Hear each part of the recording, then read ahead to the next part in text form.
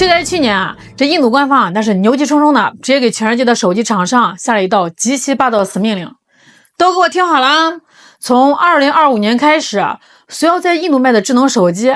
不管你是用高通芯片的安卓机，还是你苹果的 iPhone， 统统必须给我强行装上咱们印度自主研发的 Navik 导航系统。不但要强买印度的高官们还在电视上拍着胸脯疯狂吹牛。我们这个 Navik 呀，那可是全打美国的 GPS， 脚踢中国北斗的国产之光，性能绝对超越你们。好家伙，这口气大的，不知道的还以为这帮三个已经一脚油门把火星给占领了。可是时间到了今年那套曾经逼着全世界巨头低头，号称要吊打北斗的印度国产神网，现在是个什么光景呢？大跌眼镜这套系统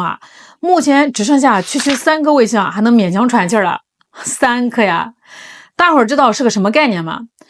在咱们这个地球上你想要实现最基本能分清东南西北的精准定位，天上至少得有4颗卫星同时看着你，3点确定一个立体空间，经度、纬度和海拔。第4颗是干啥的？是用来校对时间的。差1颗你的手机地图就得彻底抓瞎。一个连最基础的定位及格线都达不到的半残系统，他到底从哪里借来的勇气，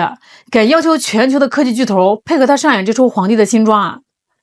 那当时的苹果、库克高通那些高官们估计在办公室都听蒙圈了。苹果手机的内部空间那可是寸土寸金那恨不得把芯片都削薄了塞进去。结果呢，印度官方一个大嘴巴子抽过去，老库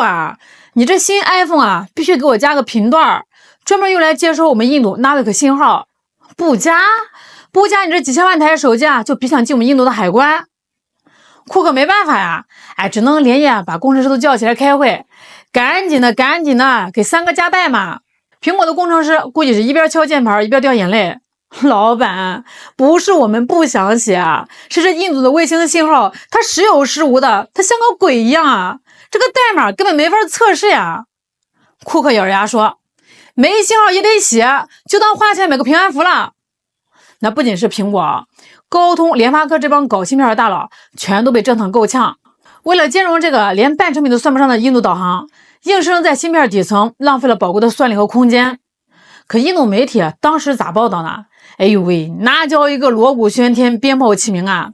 报纸头条全都是印度科技震惊世界，苹果臣服于新德里，Navik碾压中国北斗指日可待。印度老百姓一看，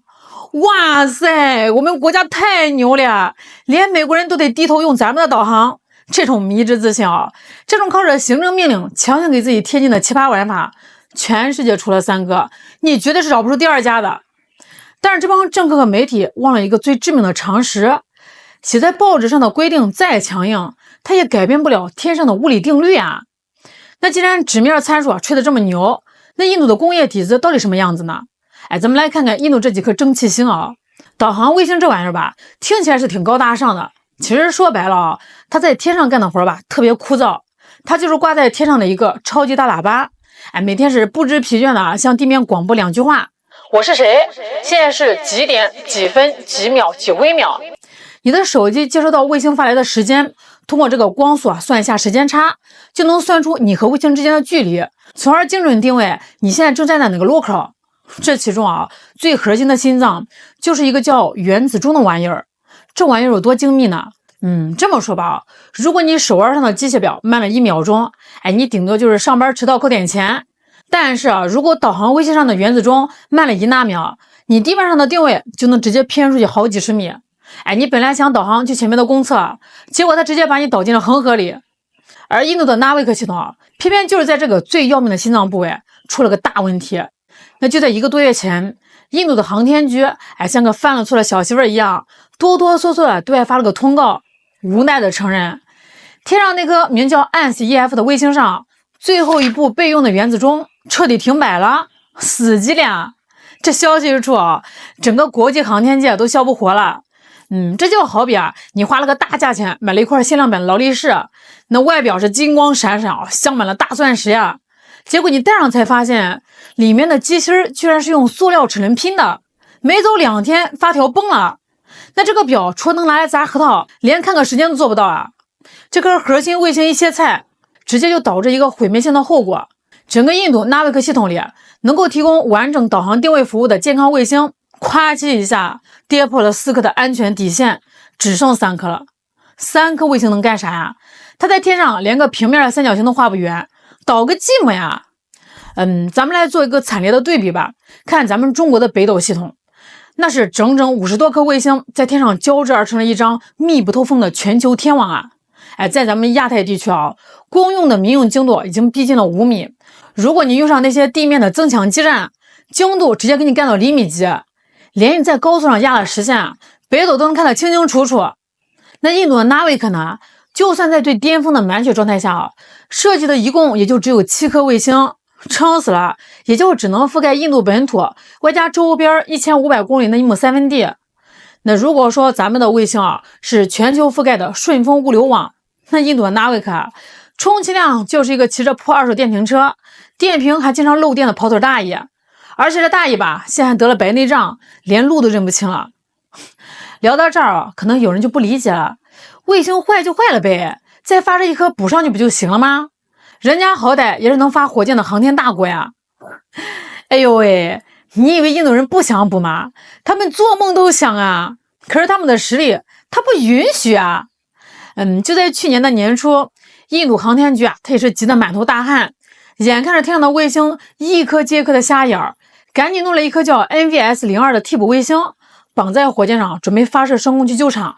结果呢，火箭刚飞到半空中，正准备脱离大气层呢，突然之间主发动机啪叽一下熄火了，整个火箭带着那颗价值连城的替补卫星像个大号的二踢脚一样硬是没能进入预定轨道，直接成了太空里的废铁。事后一查原因你们猜怎么着？竟然是因为火箭上一个极其不起眼的电气阀门发生了故障。这说明啥呀？这说明印度航天背后的整个工业体系已经是千疮百孔，四处漏风了。他们没有严丝合缝的质量控制，有的只是凑合对付差不多就行了。这种薄弱的工业基础导致他们在天上修补的速度根本就赶不上卫星老化坏掉的速度。你说这么一个连自己都快掉下来的系统你强行塞进印度老百姓的手机里，这是在造福人民吗？大伙儿可以想想那个画面一个印度的外卖小哥骑着摩托车，用着强行装了 NAVIC 系统的手机去送餐。那本来顾客就在街对面的10米的地方，结果这个手机导航直接给他导到了恒河中央。小哥对着滚滚的恒河水陷入了沉思，我是该游过去送这碗咖喱，还是该当场圆寂啊？就这个水平还敢号称超越北斗我真是不知道用什么词来形容这种脸皮了。咱们平心而论，印度的官员难道不知道自己的系统是个残废吗？印度的科学家难道不知道只有3颗卫星没法定位吗？他们知道他们比谁都清楚。那既然技术这么拉垮，印度为什么非要死磕到底呢？为什么宁可不要这张老脸，甚至动用行政命令也非要硬压着外企把这个残次品塞进手机里？这就不得不提一段印度人心里面永远的痛一段刻在他们骨子里的战略焦虑和战损创伤。1999年，印度和老对头巴基斯坦在边境的雪山地区爆发了极其惨烈的武装冲突，那双方的大炮导弹全部都拉出来了，打的是昏天黑地当时的印军手里面有不少先进的武器，想要精准打击巴基斯坦在山头上的阵地那都得靠美国人的 GPS 来提供定位指导。印度将领们坐在指挥所里看到屏幕上的 GPS 光点，觉得胜券在握可是就在战况最激烈，印度准备下死手的时候，美国人突然站出来了。美国人一看，哟，你们俩在这打得挺热闹不行，这不符合我在南亚的利益，你们得停火。印度说，我不停，我都快赢了。美国人冷笑一声，哼哼，不停是吧？行，转过头去，在五角大楼一个键盘上轻轻敲了一下回车键，啪，一瞬间整个冲突地区的 GPS 信号被美国人单方面彻底给掐断了。前方的印军当场就傻眼了原本能指哪打哪的精确制导导弹，瞬间变成了没头苍蝇印度军队因为这次的信号切断吃了极其巨大的暗亏，伤亡惨重各位，那可是真刀真枪的战场这个事对印度人的刺激有多大呢？你们是根本想象不到从那一天起这印度的高层彻底明白了一个痛彻心扉的真理，别人的屋檐建得再大、再豪华、再能遮风挡雨，那也是别人的。所以啊，咱们换位思考一下，你就能理解印度今天这种近乎癫狂的执念了。哪怕我现在造出来的导航系统，天上只剩下3颗星在那苟延残喘，哪怕我的定位精度连30米都保不住，哪怕全世界都在看我的笑话，我也必须绝对一定要把它造出来，并且必须把它强制塞进所有印度国民和军队的设备里。因为关键时刻GPS 会断了我的粮，北斗我不敢用，只有这把漏风的破伞才是真正属于我自己的。这是关乎国家生死存亡的底线问题啊！在这点上吧，我是佩服3个的武器的。他们确实迈出了追求国家战略自主那一步。这一点比那些甘心当美国附庸，把国防安全全盘交出去的国家要强得多。那既然有了骨气，也有了决心，但奈何技术真的打不过呀，怎么办呢？印度人脑瓜子一转，就想出了一个极其鸡贼、极其流氓也极其管用的招数：降维打击，市场讹诈。你美国的技术牛是吧？你苹果的代码高级是吧？行，我技术上干不过你，但是印度人多呀，我有14亿张嘴，有全世界最庞大、最有潜力的消费市场，这就是印度手里最强硬的筹码。在国际商业的传统法则里通常都是苹果、微软这样的技术大佬来制定行业标准，我造出什么芯片，你就得用什么芯片，这叫技术决定市场。但是印度相当于用了一纸红头文件，顶着全球科技精英的脑门，逼着他们给印度这辆破烂不堪的3流车强行装上了法拉利的行车电脑。那虽然这个行车电脑一开机发现3流车只有3个轮子，但那又怎么样啊？印度的面子赚足了战略卡位做到了，这就叫耍流氓耍出了新境界。印度总想着走捷径，总想着靠逼迫外企来弯道超车，结果呢，强推了1年多，天上的卫星不仅没变多，反而是越用越少了，从几颗变成了可怜的3颗。这哪是弯道超车呀？这分明是弯道翻车，直接翻进了太平洋啊！